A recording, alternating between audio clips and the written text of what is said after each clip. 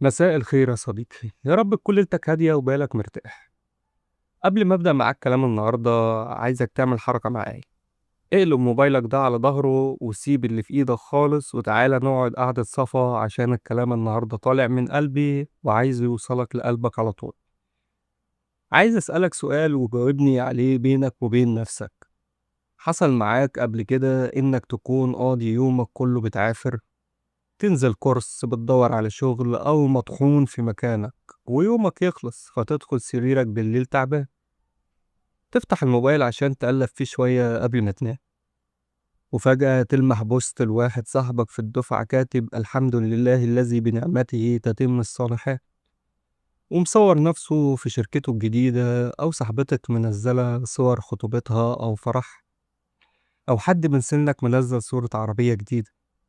في اللحظة دي بتحس بغضة في قلبك، تحس إن الفرحة هربت من عينيك، وإن السرير الدافي اللي كنت مستني تنام عليه فجأة بقى تقيل، وتقعد تبص للسقف وتسأل نفسك: هو أنا بعمل إيه لدنيتي؟ هو أنا واقف في مكاني ليه والكل بيسابقني؟ أنا ليه حاسس إني متأخر عن كل الناس؟ لو الإحساس ده زارك قبل كده يا صاحبي فالحلقة دي عشانك. أهلا بيك في حلقة جديدة من بهدوء، وتعالى نفهم الحكاية دي سوا. في علم النفس الوجع اللي بتحسه ده مطلعش من فراغ، ده فخ عقلك الباطن بيوقعك فيه كل يوم، اسمه فخ المقارنة الاجتماعية. بس الصدمة فين؟ الصدمة إن المقارنة دي من الأول ظالمة ومش عادلة. عارف ليه؟ لأنك ببساطة بتقارن كواليس حياتك بكل تعبها وزهقها وخوفك من بكرة وعياطك في أوضتك لوحدك وديونك باللقطات المخرجة والمقصوصة من حياة الآخرين. السوشيال ميديا يا صديقي بقت زي صالة عرض، كل واحد بيعرض فيها أحسن مشهد في فيلمه، أحسن مشهد في حياته.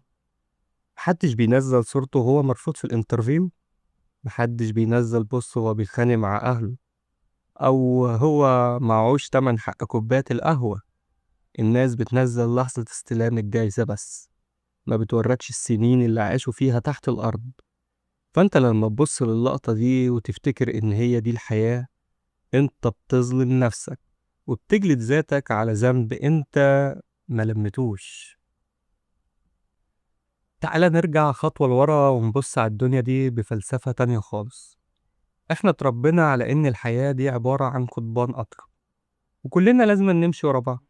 تتخرج في السن الفلاني، تشتغل في السن الفلاني، تتجوز وتخلف في السن الفلاني. ولو حد فينا حد عن القضبان ده ثانية المجتمع بيبص له انه متأخر.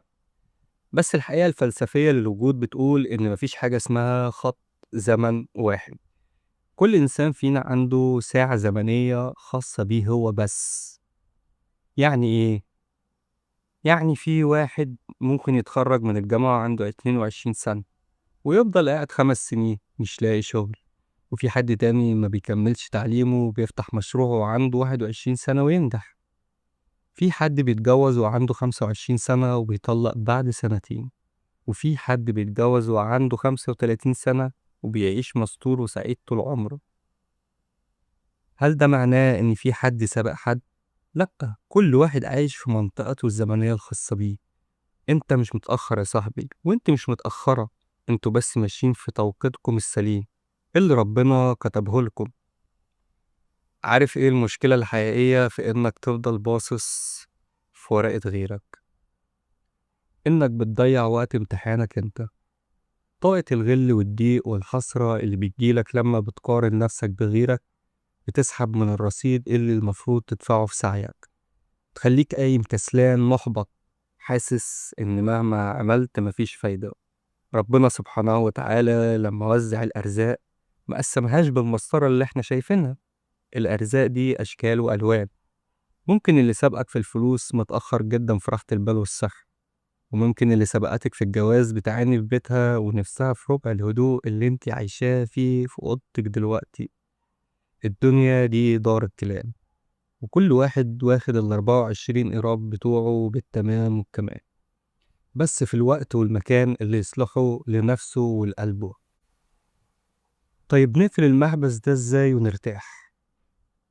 أولا اعمل ديتوكس لعينك وعقلك. لو في شخص معين على السوشيال ميديا كل ما تشوف بوستاته بتحس إنك قليل أو طاقتك بتنطفي، اعمل له ميوت أو ما تتابعهوش ومن غير ما تتردد. دي مش أنانية ولا حقد، ده اسمه دفاع عن سلامك النفسي. عينك ما تبصش على حاجة تأذي قلبك. تاني حاجة، قارن نفسك بنفسك بتاعت زمان. المقارنة الوحيدة المشروعة والعادلة إنك تبص على نفسك من سنة. يا ترى أنت اتعلمت إيه جديد؟ فكرت في إيه؟ نضجت في إيه؟ لو لقيت نفسك اتغيرت ولو 1% للأحسن، فأنت كسبان وبتتقدم حتى لو لسه منسبتش الفلوس أو المنصب في إيدك. تالت حاجة، اسعى وسيب الباقي على صاحب التدبير. انزل، عافر، خد كورسات، اترفض واتقبل، وافتكر دايما إن السعي ده هو وظيفتك. أما النتيجة فدي بتاعت ربنا سبحانه وتعالى، وهيجي وقتها لما تكون أنت جاهز ومؤهل ليها. رب الخير لا يأتي إلا بالخير. في نهاية قعدتنا يا صديقي، خد نفس عميق واطمن. أنت مش في سباق ماراثون مع حد، ومحدش واخد من رزقك. ارفع راسك عن شاشة الموبايل وبص لحياتك واحمد ربنا على النعم المستورة اللي انت مش واخد بالك منها. امشي في طريقك خطوة بخطوة ومن غير استعجال، بهدوء.